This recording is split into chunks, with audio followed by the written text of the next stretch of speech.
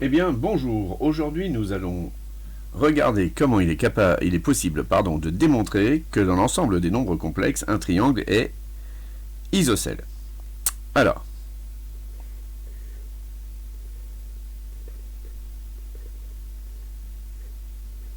voilà.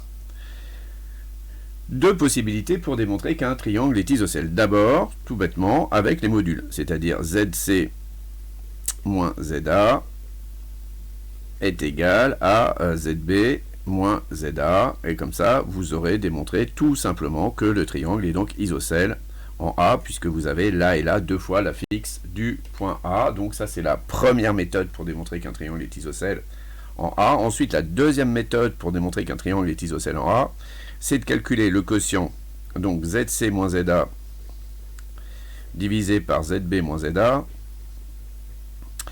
et d'observer que le module de ce nombre complexe est égal à 1. Si jamais vous avez l'écriture exponentielle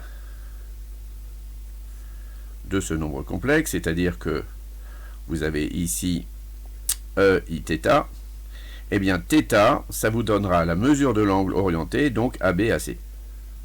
Donc c'est assez pratique d'avoir une écriture, parce que ça vous permet aussi donc de connaître la mesure.